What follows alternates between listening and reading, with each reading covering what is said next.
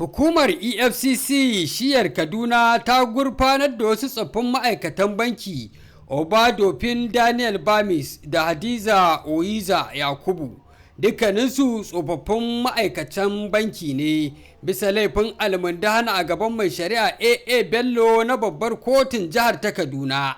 An dai tuhumi Obadofin Bamis Daniel da wawashe kuɗi har naira 433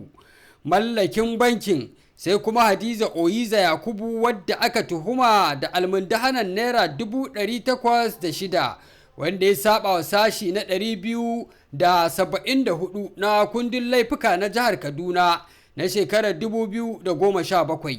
Bayan an karanta musu kunshin tuhumar da ake musu kuma dukkanin waɗanda ake zargin nan take suka ansa laifinsu. Daga nan ne kuma lauyan masu gabatar da ƙara Moses Arumemi ya roƙi kotu da ta yanke musu hukuncin da ta dace. Mai shari'a Bello mai wato AA Bello ya yanke wa kowannensu hukuncin ɗaurin shekaru 7 a gidan yari ko kuma biyan taron naira 50,000.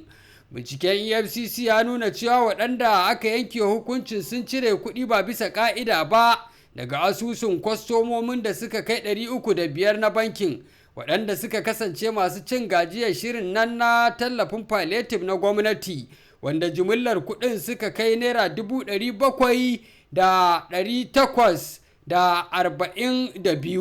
700,842,700, inda suka rika tura kuɗaɗen da aka cire ba bisa ƙa'ida ba zuwa asusun masu kula da shirin tallafin na palliative.